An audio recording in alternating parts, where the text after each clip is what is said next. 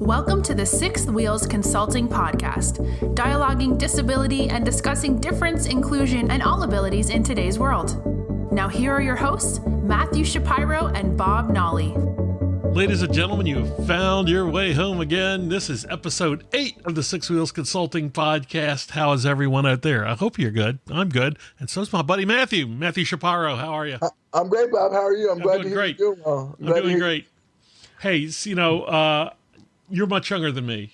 They figured that out already, all right? But I still, one little social phenomena that I've just latched on to, Sure. that I really like, is this thing of binge watching TV. And what that translates into is God bless Netflix. Yeah, that's right. We love or anything Netflix. else that's streaming, because people would say, yeah, we watched some show this weekend, we watched 12 episodes. I'm like, what the heck?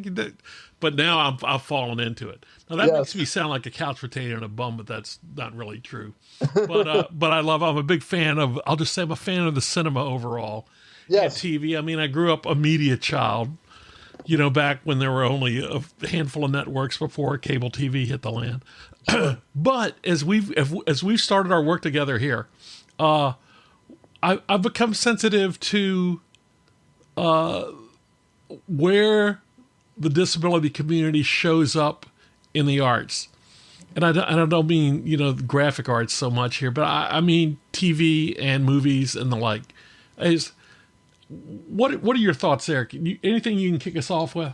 Yeah, so you're diving into a very interesting debate amongst the disability community. That's where I'm here for. Okay. Yeah, we love debates. No, this is good. Because I think many people would argue, and I think this ties back to a lot of our previous episodes where we've talked about stigma and we've talked about just the societal perspective of disability. A lot of people would argue, and I would tend to be in that crowd as well, that the portrayal of disability in media, while good in some instances, and I can give good examples, and I will, could be vastly, vastly improved. And there's a number of reasons why I would argue that. So I will first go to movies and TV shows. Okay, go. And in a lot of situations, people with disabilities are portrayed by able-bodied, handsome, beautiful actors, and they put them in situations where they become disabled. So, they're placed in a wheelchair, or they use a walker, or they are shown as being deaf, or whatever the case may be, and they call it cripping up the movie world, and that always brings about a lot of apparently it's 8 o'clock. Thanks, it is now. Well, that secret's out. Okay. But they don't know if it's AM or PM, so we don't care. True. Very true. But that brings about a lot of I guess you could say angst and anger from the disability community, because oftentimes, there are actors with disabilities who would love and those would be dream roles for those people, but oftentimes they go to the hot actor or the hot actress, and that is continuing to perpetuate the stigma that is around disability and around just the disability community as being seen as equal. And a really, really good example of that, I think, there was a movie out about a year ago, and there's two reasons for this. There's a movie out about a year ago. It was called Me Before You, and I don't know if you heard of it, Bob. I'm sure some of our listeners. Are you ready for this? We just watched it last night. Oh my goodness! This is not rehearsal. This is not for rehearsal. Yeah. It was just me walking through the room and going, "Dear, what are we watching?" Sure. No, that is a small world. But there was actually a lot of backlash for a number of reasons. One, the character who was a wheelchair user was an actor who they put in a wheelchair. And again, why can't they find an actor or use an actor who actually is a wheelchair user to play that role.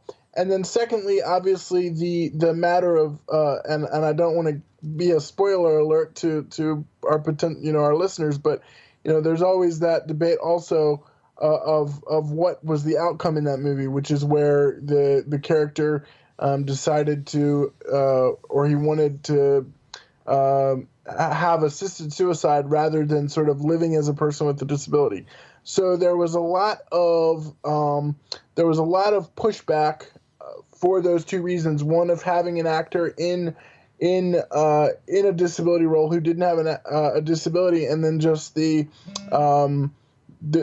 content of the movie. I saw the movie as well because I was curious about it.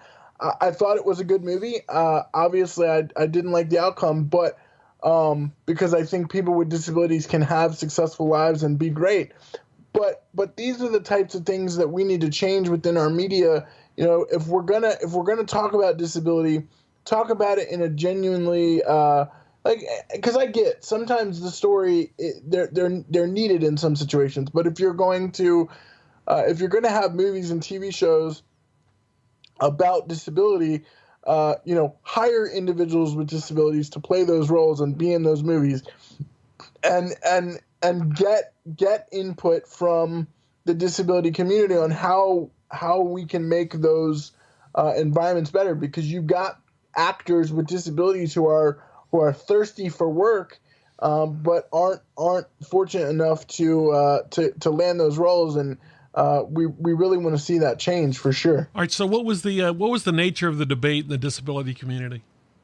It was negative. It was very. They were angry, particularly with that movie. They were very angry for the reasons that I mentioned, because it talked about assisted suicide, and once again, an actor with a disability was not able to portray that role. So there was a lot of boycotting of that movie.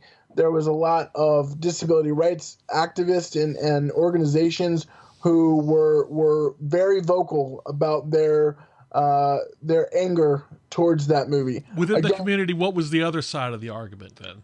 The other side was that it was a sweet love story, and which it was, and that it was a love story that needed to be heard and shown, which on that aspect I sort of agree. But I think again, we as a society can portray disability in the media in so much more of a positive light that we're, again, the way that we currently do it now, it sort of continues to portray the stigma and hold up the stigma that people are afraid to have those conversations and talk to people with disabilities, like we talked about in our stigma episode, and different things like that. So are we getting better? Yes, I do, but I still think that we have a long way to go to portray disability in the media, whether it's movies or TV shows or even in the news, in a light that it shows the full breadth of a person with a disability's life. Okay, that makes a tremendous amount of sense. Just to fill in the blanks for people, Me Before You came out in 2016, and here is where the crunch comes. It came from a major studio, and what's their job in life? To entertain you? No, their job is to make money. Yes. Okay, so they have a handsome young actor playing the man in the wheelchair. His name is Sam Claflin, and you've seen him in other things. But here is the draw here. His girlfriend was the lovely, she's certainly blown me away already, Emilia Clarke. Now, yes. If you've heard that name, you know her from a show where she is the mother of dragons. She is Khaleesi. Yes. So if you don't think that's a draw, that really is a draw. And the budget for that movie was about $20 million, and they almost made it all back on opening weekend. That's one of the big metrics. Now, I'm speaking as a fan, not as an insider in the know of Hollywood. That's not me. But that movie did gross, let's just say, just in the U.S., worldwide, $200 million. It did well. That's just it. So they got that done. But they had an opportunity here to have somebody else in the chair in that role. Sure. And Emilia Clarke, in my judgment, is enough of an actress, as I say, a well above the line actress, to have made that work. I agree. So I just, just off the cuff here, I'm saying that was an opportunity missed. Sure. And I think, honestly, that is what the disability community wants, right? They want fair and honest representation of their community by actors and actresses who live with those situations to play those roles. Because we live that every day. Now, so we've been touching on I don't want to say, I guess, the somewhat negative side, but I will also say that we're improving in some areas. So one of my absolute favorite TV shows is the show on, I believe, ABC. It's one of the major networks. It's called Speechless. I don't know if any of our listeners have had the chance to watch Speechless, but in Speechless, the main character has cerebral palsy and he doesn't speak. So he uses a message board, like he uses a laser to spell out words, and his aide and his family members help translate for him on his behalf. But the character is being played by an actor who actually lives with cerebral palsy and uses a power wheelchair on a daily basis. His name is Micah Fowler. And what I'm saying is, like, those are the types of situations, and those are the types of, like, we need to give people with disabilities who want acting and want to be portrayed positively in media, we need to give them those opportunities. I absolutely adore that show. It is one of the best representations of disability life that I had ever seen in a movie, on TV shows. I believe the creator's name is Scott Silveri, and he grew up with a brother, I believe, or a sibling that lived with a disability. So he lived in that world and then sort of took that and translated it to a television show.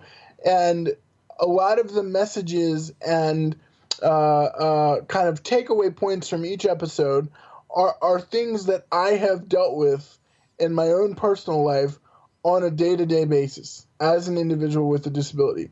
So that is such a rich and wonderful opportunity to portray that type of family in a sitcom. And I got to tell you, it is one of the funniest shows I have ever seen. And those are the types of opportunities that the types of things that I'm talking about, right? Like, we really need to have positive portrayals of disability in our movies and our TV shows. The other aspect to media that I want to make sure that we touch on, and Bob, if you have questions, you know how I get on the roll sometimes. No pun intended, but stop me. But the other kind of portrayal of media that I really want us to talk about is how our news media sort of still portrays disability. Okay, before we lose Micah Fowler here, yes, let me wrap this up. He has this series Speechless. It's doing very well. He was also in a movie in 2013 called Labor Day, and he was in there, and he has some other credits as well. But generally, that's all that's in his body of work.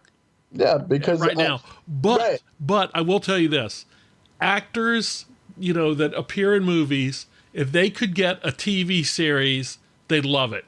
Sure. Because I'm speaking as a fan now. I've heard they feel that it's easier work, and that means the money's a little bit easier too. So this guy did Labor Day, one movie, and then he got Speechless. He earned that part. So that's a huge part for them, and he's got nominations as well. So it's pretty widely acclaimed. Good. And Speechless is getting ready to go into its third season. I think it comes back in September. I think I just read somewhere that it's moving to Friday nights. I can't remember. I don't want to say a network because I don't want to get it wrong, but it's on one of the major networks. It's one of the 3-letter networks. I know that, but it's moving to Friday nights. I'll be tuning in. I absolutely love that show. I use that as a really positive example when I'm doing a lot of my speeches or a lot of my trainings that I do for work. And again, I think people with disabilities, and particularly actors and people who are in the arts, just want to be given those opportunities rather than them going to the handsome actor or actress. Give those roles to people with disabilities, because they work just as hard. Just as hard as the as able-bodied actors. And that show doesn't have Emilia Clarke, but it does have Minnie Driver. Yes. And she's great as well. So, I talked about the money machine and the risk involved with making big studio pictures. Sure. I'm thinking there's an opportunity for the independents. You do see a lot of independent movies that are around disability, but again, a lot of the ones I've seen are being played by the disabled characters. In a lot of cases, are being played by some well-known actors. Or actresses. I know that Joaquin Phoenix, either the movie has been out for a while or just came out or was out within the last 3 or 4 months, did a movie about disability, and I believe he was a real person who was a cartoon artist. I can't remember the name of the movie right off the top of my head, but again, that's an opportunity to cast in that role an actual person who is a wheelchair user or who lives with a disability, and it's an opportunity missed. And again, they just, people with disabilities, and particularly actors with disabilities, deserve the same amount of opportunity for work that able-bodied actors do. And I don't know, you seem to be a wizard with your computer, Bob. I don't know if you were able to find the movie I'm referencing, but No, I'm not a wizard. But I found other things too. Yeah, I was trying to give you some credit, sir. The roster of people that have done good work is substantial. Katie Leclerc is in Switch at Birth. Chris Burke is in Life Goes On. R.J. Mitz in Breaking Bad. Daryl Mitchell's in Inside Man. Of course, Christopher Reeve gets a mention for Superman. Marlee Maitland, Children of a Lesser God. Yep. Sean Birdie, Switch at Birth, and more folks. Teal Share of the Guild. And recently, the press has picked up on it. So I'll segue you over there. If you wanted to mention that, okay. Yeah. So no, and I'll just really quick, I'll jump there in just a second. But I don't want this to sound like we're in dire need, right? Like it is improving, but I do think that we have a ways to go so that people with disabilities are continually getting roles and continually being part of the Hollywood scene. As far as like the news media, the whole episode is about portrayal of disability in media, so that means TV shows and news. Oftentimes, as a person with a disability, it sort of drives me crazy that the only stories that we really see on the news about individuals with disabilities are those feel-good stories. Now, I'm not saying that I don't like those feel-good stories, because I absolutely do. I love the stories of when people with disabilities walk across the stage at their graduation, or the person with a disability gets asked to prom and it's on video. Like I do genuinely love those situations. But oftentimes, that is the only thing I feel like in a lot of cases is covered by the news media. You don't see a lot of actually a day-to-day life story. And I'm not expecting it every day on the news, but you don't see the true nitty-gritty of what it's like to live a life with a disability. You only see the heartwarming stories and the getting asked to prom stories, which again, I love those, but you're not getting the fullest picture of what it's like to live a life with disability. And even in some situations, some news outlets still aren't using person-first language when they're talking about their stories. And I think that really needs to change. USA Today brought this to a head when they mentioned Jake in just last year, so this is reasonably fresh. Jake Gyllenhaal, who I love as an actor, transformed into Jeff Bauman in the movie Stronger, where he was a double amputee. Lost his legs in the Boston Marathon.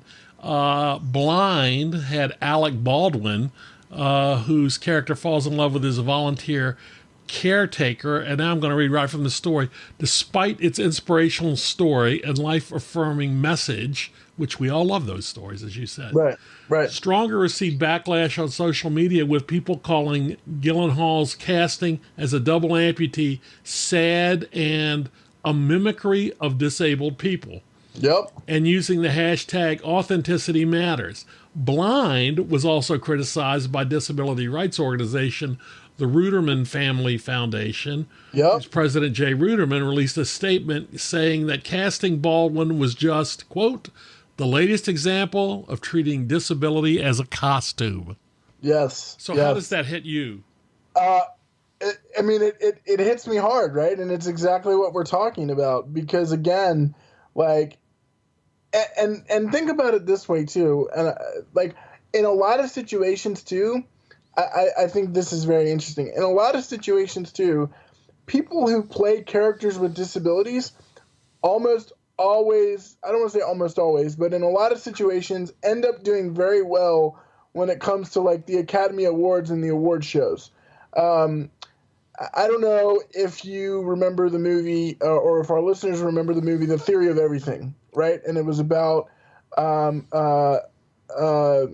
Stephen Hawking and I'm blanking on who the character was or the actor was, but he won an Academy Award for his portrayal. Now, I've also seen that movie. Whenever I see movies about disability, I usually always try to catch them just to, expand my knowledge and try to understand things a little bit better. I will say his portrayal was spot on and fantastic. And it was a great movie, but once again, they're missing out on opportunities to really stand out and be different. And in a lot of situations, the people who Eddie Redmayne, that was the actor's name. He played Stephen Hawking and was able to win. I think I want to say either best movie or best, like one of the big awards for that year. We were certainly nominated, which is just as big a deal. Yes, absolutely. But so oftentimes, like when you're playing those roles, you end up like getting awards and things, which is great. But again, it's not a full portrayal. And like, but as you mentioned from the article, like a lot of disability organizations get kind of frustrated about that because it's not it's not like a genuine portrayal. And I find that quote in that article to be really interesting, where it says that they view disability as like a costume, right? That they can just leave and put away in their closet of characters, whereas us individuals who live with disabilities every day, we can't just put the character away. It's not a character for us. We live it on a day-to-day basis, and can't just say, okay, we're done with that character. We can move on now. And again, I don't want this to come across as me like being whiny or it's your show, dude. It's your show. Yeah, but I want this to be genuine and factual of the feelings of not only myself, but I think a lot of the disability community as well. To really quick shift back over to the media, because I got off on a tangent for a second, but we don't want to just see those feel good stories, and we want our media outlets to be doing using person first language, and talking appropriately about disability etiquette and doing things in stories that are accurate and not just those feel good stories. We want the news to cover when people with disabilities are in DC and they are forcibly removed from hearings because they're protesting healthcare or they're having issues in their communities because things aren't accessible. Like, those are the types of stories we want to hear, and we want to hear the other good stories where people with disabilities are doing great work and all of those. I don't, and we don't just want those feel good stories of Johnny walking across the stage at graduation or being asked to the prom by the beautiful cheerleader. We want true, genuine, and real understandings of stories, in the media, in every possible outlet that we can have. Well said. Well said. Hey, I would ask you now. Normally, now I ask you for the last word, but I'm going to pull a punch tonight. Tonight, I get the last word. Okay. Sure. All right, sure. Here we go. All right, folks. If you've followed us this long, you're a fan of Matthew and you're a fan of his work. So it's time to pay the bill. All right. So here's what I need you to do. You can find this podcast wherever you found it. It's on SoundCloud. It's on Podbean. But I want you to go to iTunes and I want you to find this podcast and I want you to do two things to support Matthew and his work. Number one, I want you to hit the subscribe button. That's really important to us. That gives us a list in the podcast jungle and helps us out a lot. The second thing, if you can, if it's in your heart, leave us a nice, I hope it's a 5-star review, a nice 5-star review, and leave us a comment on how the show has impacted you. And that would mean a lot to us. And you leave us a nice word and we'll give you a shout out here on the show. All right? And quite honestly, too, give us ideas and topics of things you want us to talk about. Or go to the Facebook page and do that there. But, I want them to right there, when they give us a comment, just tell us how much they like it and how we've inspired them. And I think that would be a good thing. Absolutely. Ladies and gentlemen, this has been episode 8 of the Six Wheels Consulting Podcast. My host, Matthew Shapiro. Remember to keep rolling on and think inclusion. See you next time. Thanks, everybody.